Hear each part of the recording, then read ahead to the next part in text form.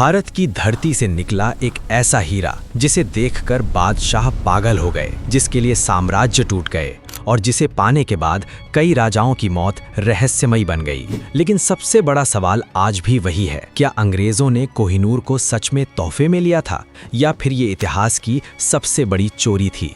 आज हम उस सच्चाई के अंदर उतरेंगे जहां दोस्ती के नाम पर धोखा हुआ, एक बच्चे से उसका ताज छीना गया और हिंदुस्तान की शान हमेशा के लिए लंदन पहुंच गई। भारत की गर्म मिट्टी के अंदर एक चमक पैदा होती है, गोलकुंडा की खदानों के अंधेरे से निकला एक ऐसा पत्थर जिसकी चमक सूरज की रोशनी को भी मात देती थी। इसका कोई नाम नहीं था, लेकिन इसका एक श्राप जरूर था। एक प्राचीन हिंदू मान्यता के अनुसार जो भी पुरुष इस हीरे को पहनेगा वो पूरी दुनिया पर राज तो करेगा, लेकिन साथ ही वो अपने बर्बादी के दरवाजे भी खोल देगा। सिर्फ भगवान या कोई महिला ही इसे बिना किसी नुकसान के पहन सकती थी, और इतिहास गवाह है, इस हीरे ने इस श्राप को एक एक लफ्ज सच कर दिखाया। जिस जिस राजा के पास ये हीरा गया उसकी किस्मत कुछ पल के लिए चमकी और फिर वो हमेशा के लिए इतिहास के सबसे खौफनाक पन्नों में दफन हो गया। जहां ये गया वहां खून बहा, धोखा हुआ और साम्राज्य खत्म हो गए। शुरुआत में ये हीरा काकतीय वंश के पास था, फिर अलाउद्दीन खिलजी की लूट का हिस्सा बना। धीरे धीरे ये हीरा भारत के सबसे शक्तिशाली राजाओं के हाथों में घूमता रहा। दिल्ली सल्तनत से होते हुए एक दिन इस पर नजर पड़ी मुगलों की। बाबर से लेकर हुमायूं तक इस हीरे ने मुगलों का पूरा सफर देखा, लेकिन इसे अपनी सबसे बड़ी पहचान मिली शाहजहां के दौर में। शाहजहां, जिसे इमारतों और बेशकीमती पत्थरों का शौक था, उसने इस हीरे को अपनी ताकत और गुरूर का सबसे बड़ा प्रतीक बना लिया। उसने दुनिया का सबसे महंगा सिंहासन बनवाया, तख्ते ताऊस, जिसे हम मयूर सिंहासन के नाम से जानते हैं। सोने, चांदी, नीलम, पन्ना और मोतियों से जड़े उस सिंहासन के बिल्कुल ऊपर मोर के सिर पर इस हीरे को सजाया गया। जब दरबार में सूरज की किरणें उस हीरे पर पड़ती थीं, तो पूरा दरबार उसकी रोशनी से जगमगा उठता था। मुगलों को लगा कि ये बेशकीमती पत्थर अब हमेशा के लिए उनका हो गया है, वो अजेय हैं। लेकिन कोहिनूर का इतिहास तो खून से लिखा जाना था। श्राप अपना काम कर रहा था। शाहजहां को उसी के बेटे औरंगजेब ने कैद कर लिया और मुगलों का पतन शुरू हो गया। साल 1739। दिल्ली के आसमान पर खौफ के बादल मंडरा रहे थे। फारस का एक क्रूर और लालची लुटेरा नादिर शाह भारत पर हमला करता है। करनाल के युद्ध में मुगलों की कमज़ोर फौज को रौंदने के बाद नादिर शाह दिल्ली में घुसता है और फिर शुरू होता है वो कत्लेआम जिसने दिल्ली की सड़कों को खून से लाल कर दिया।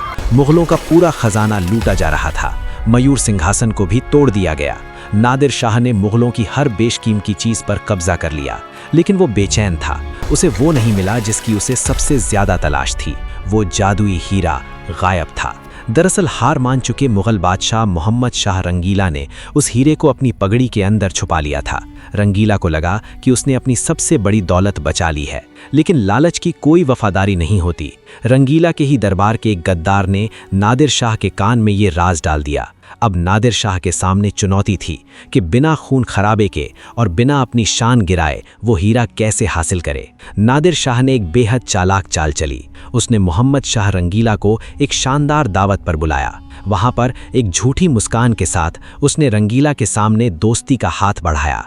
उसने पुरानी फारसी रस्म का हवाला देकर कहा, हम दोनों भाई हैं और चलिए आज हम अपनी पगड़ियां बदलकर इस दोस्ती को हमेशा के लिए पक्का करते हैं। रंगीला अंदर तक कांप गया। वो जानता था कि नादिर शाह को सच पता चल गया है, लेकिन उस क्रूर लुटेरे के सामने मना करने का मतलब था अपनी गर्दन कटवाना। रंगीला चाहकर भी मना नहीं कर सका। भरी महफिल में सन्नाटे के बीच पगड़ियां बदली गईं। नादिर शाह ने रंगीला की पगड़ी अपने सिर पर रखी और फौरन अपने तंबू में चला गया। जब उसने पगड़ी को खोला तो उसके अंदर से निकली वो रोशनी जिसने नादिर शाह की आंखें चौंधिया दीं। उस हीरे की चमक देखकर उसके मुंह से बेसाख्ता निकला, कोह ए नूर, जिसका फारसी में मतलब होता है रोशनी का पहाड़। और यहीं से इस हीरे को अपना वो नाम मिला जिससे आज पूरी दुनिया इसे जानती है। कोहिनूर एक झटके में भारत की सरहद के पार चला गया, लेकिन कोहिनूर का श्राप अब फारस की ज़मीन पर अपना रंग दिखाने वाला था। नादिर शाह की ताकत गुरूर में बदल गई और गुरूर पागलपन में। उसी के तंबू में उसी के अंगरक्षकों ने रात के अंधेरे में उसकी बेरहमी से हत्या कर दी। इसके बाद शुरू हुआ एक ऐसा खूनी खेल जिसने मध्य एशिया को हिलाकर रख दिया। कोहिनूर एक राजा से दूसरे राजा के पास जाता और पीछे छूट जाती लाशें, अंधे किए गए राजा और तबाह हुए परिवार। नादिर शाह के बाद ये हीरा अफगानिस्तान के शासक अहमद शाह अब्दाली के पास गया। वहाँ भी बगावत और खून खराबा चलता रहा। अफगानिस्तान के पहाड़ों से होता हुआ ये हीरा एक दिन पहुंचा शाह शुजा के हाथों में। शाह शुजा अफगानिस्तान का राजा था, लेकिन तकदीर ने पलटी मारी और उसकी भी सल्तनत छिन गई। उसके भाइयों ने उसे अंधा करने और मारने की कोशिश की। वो अपनी जान और कोहिनूर दोनों को बचाकर भागा। दर दर की ठोकरें खाने के बाद वो सीधा पहुंचा पंजाब की तरफ। यहाँ उसकी मुलाकात हुई भारत के एक ऐसे राजा से जिसके नाम से ही अंग्रेज भी कांपते थे। वो थे पंजाब के शेर महाराजा रणजीत सिंह। रणजीत सिंह ने सिख साम्राज्य को इतना ताकतवर बना दिया था कि कोई भी विदेशी ताकत उनकी तरफ आंख उठाकर देखने की हिम्मत नहीं कर सकती थी। जब शाह शुजा ने रणजीत सिंह से पनाह मांगी तो महाराजा ने एक शर्त रखी। रणजीत सिंह जानते थे कि कोहिनूर सिर्फ एक कीमती पत्थर नहीं है, बल्कि वो भारत के सम्मान और संप्रभुता का प्रतीक है जो कभी भारत से छीना गया था। उसे वापस लाने का ये सही वक्त था। उन्होंने शाह शुजा को पनाह दी और बदले में मांगा कोहिनूर।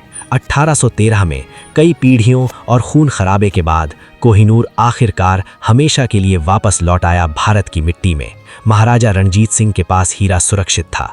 वो इसे अपनी बाह पर एक खास तावीज़ में पहनते थे।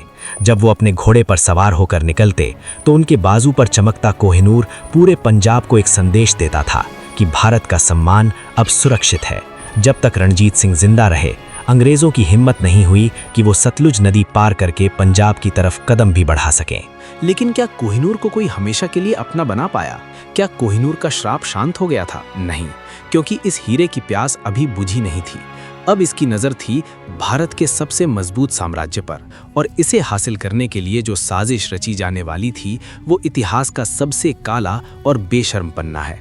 27 जून 1839 महाराजा रणजीत सिंह का निधन हो जाता है और इसी के साथ शुरू होता है एक महान साम्राज्य का पतन। अगले कुछ ही सालों में पंजाब के लाहौर दरबार में ऐसा कत्लेआम मचता है जिसकी कोई कल्पना भी नहीं कर सकता था। साजिशें, धोखे और हत्याओं का दौर शुरू हो गया। एक के बाद एक राजा, मंत्री और सेनापति मारे गए। खून की नदियां बह रही थीं और इस पूरी तबाही को दूर से बैठकर बड़ी खामोशी और चालाकी से देख रहे थे अंग्रेज। ईस्ट इंडिया कंपनी के मन में कोहिनूर और पंजाब दोनों का लालच जाग चुका था। वो सिर्फ एक मौके का इंतजार कर रहे थे। उसी वक्त लॉर्ड डलहौजी नाम का एक बेहद क्रूर और महत्वाकांक्षी गवर्नर जनरल भारत आता है। डलहौजी का एक ही मकसद था, किसी भी कीमत पर पंजाब को ब्रिटिश साम्राज्य में मिलाना और भारत के उस सबसे बड़े गौरव कोहिनूर को जीतकर इंग्लैंड की महारानी विक्टोरिया के कदमों में रखना। डलहौजी जानता था कि पंजाब को हराना आसान नहीं है, लेकिन अपनों की गद्दारी ने सिख सेना को कमजोर कर दिया था।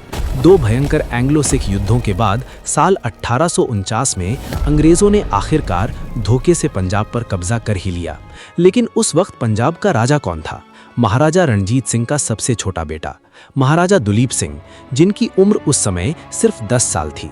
जरा उस खौफनाक दृश्य की कल्पना कीजिए। एक 10 साल का बच्चा जिसने अभी दुनिया को ठीक से समझा भी नहीं था, जिसके पिता का साया बहुत पहले ही उठ चुका था।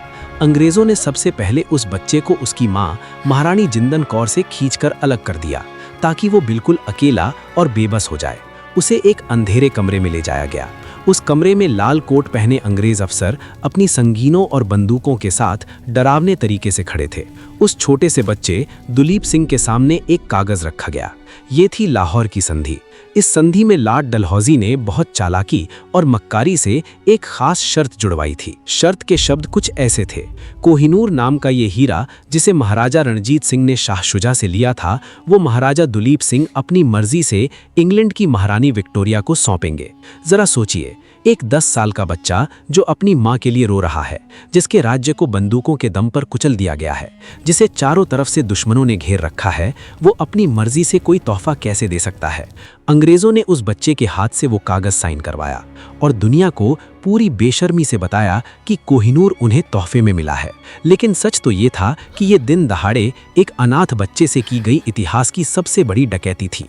एक ऐसा फरेब जिसे संधि का नाम देकर कानूनी जामा पहना दिया गया। डलहौजी कोहिनूर को पाकर पागल हो चुका था। वो इतना डरा हुआ था कि उसे लगता था कि कहीं रास्ते में ही कोई इस हीरे को लूट न ले। उसने कोहिनूर को एक खास लोहे की तिजोरी में बंद किया। उसे सील किया और HMS मीडिया नाम के एक समुद्री जहाज से इंग्लैंड भेज दिया। लेकिन क्या कोहिनूर इतनी आसानी से भारत छोड़ने वाला था? ये सफर भी आसान नहीं था। कोहिनूर का श्राप उस जहाज के साथ भी चल रहा था। जैसे ही जहाज समंदर के बीच पहुंचा, रास्ते में जहाज पर कॉलरा यानी हैजे की भयंकर बीमारी फैल गई। जहाज के क्रू मेंबर्स मरने लगे। बंदरगाहों ने जहाज को अपने किनारे रुकने की इजाज़त नहीं दी। फिर एक भयानक समुद्री तूफान आया जिसने जहाज को लगभग डुबो ही दिया था।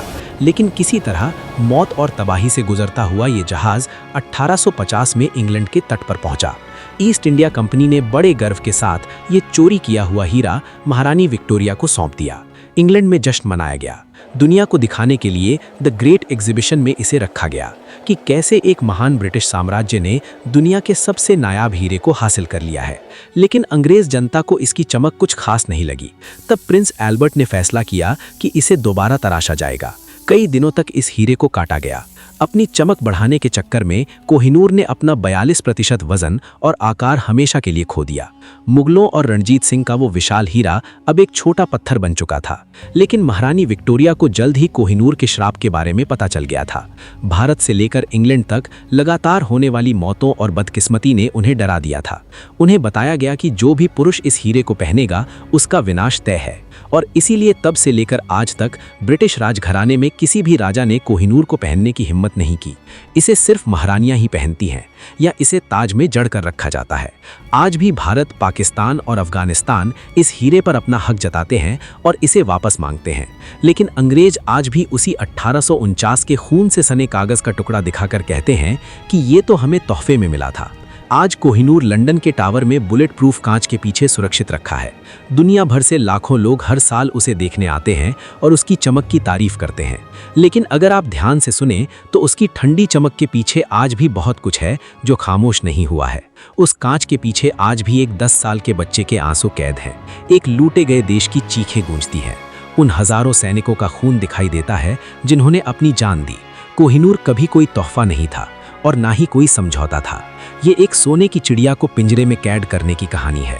ये दोस्ती का वो खंजर है जो पीठ में घोंपा गया। कोहिनूर इतिहास की सबसे बड़ी, सबसे क्रूर और सबसे बेशर्म चोरी थी जिसकी कीमत आज तक चुकाई नहीं गई है। अगर आपको कोहिनूर की ये रहस्यमयी और चौंका देने वाली कहानी पसंद आई हो तो वीडियो को लाइक ज़रूर करें, चैनल को सब्सक्राइब करें और बेल आइकन दबाना मत भूलिए, क्योंकि यहाँ हम इतिहास के ऐसे ही छुपे हुए सच लेकर आते हैं जो किताबों में पूरी तरह नहीं बताए जाते। और अब सबसे बड़ा सवाल आपसे, अगर कोहिनूर सच में भारत से छीना गया था तो क्या ब्रिटेन को आज उसे वापस लौटा देना चाहिए? अपनी राय नीचे कॉमेंट में ज़रूर बताइए।